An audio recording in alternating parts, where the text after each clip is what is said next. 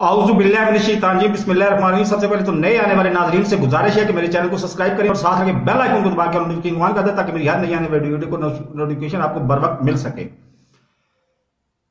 अभी बात हो रही थी कि अभी मैं बोलूंगा 2 मिनट के अंदर ही सारा कुछ बोलूंगा। एक तो बात यह कि सिंध में इलेक्शन हुए हैं 15 या 14 अजला में, उसमें करतूत सामने नजर आ गए हैं। सरकारी एहलकार उठा के जा रहे हैं वोटों के बक्से बगैर गिनती के, और चाहे वो पीडीएम की जमातें ही है ना, चाहे वो जमीयत उलमा इस्लाम हो, चाहे वो अल्लाह भला करे आपका पीपल्स पार्टी हो, और चाहे वो नून लीग हो।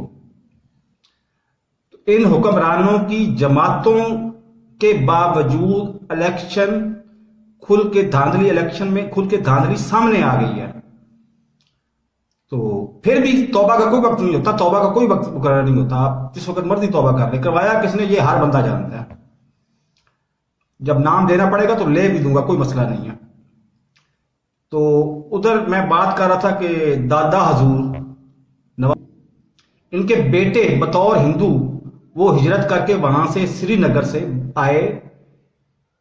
लाहौर की नवाई बस्ती होती थी, अब तो वो शहर का हिस्सा है, बागबानपुरा में।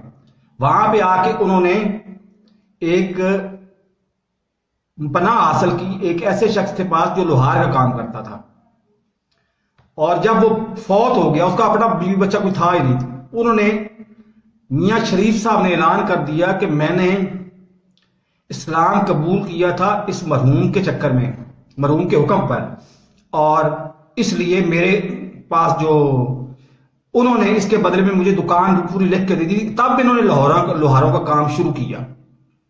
तो मेरे इस चैनल को सब्सक्राइब नहीं किया तो सब्सक्राइब कर ले, साथ लगे बेल आइकन को दबा के नोटिफिकेशन ऑन कर दें ताकि मेरी हर नई आने वाली वीडियो को नोटिफिकेशन आपको बरोबर मिल सके। अल्लाह हाफिज।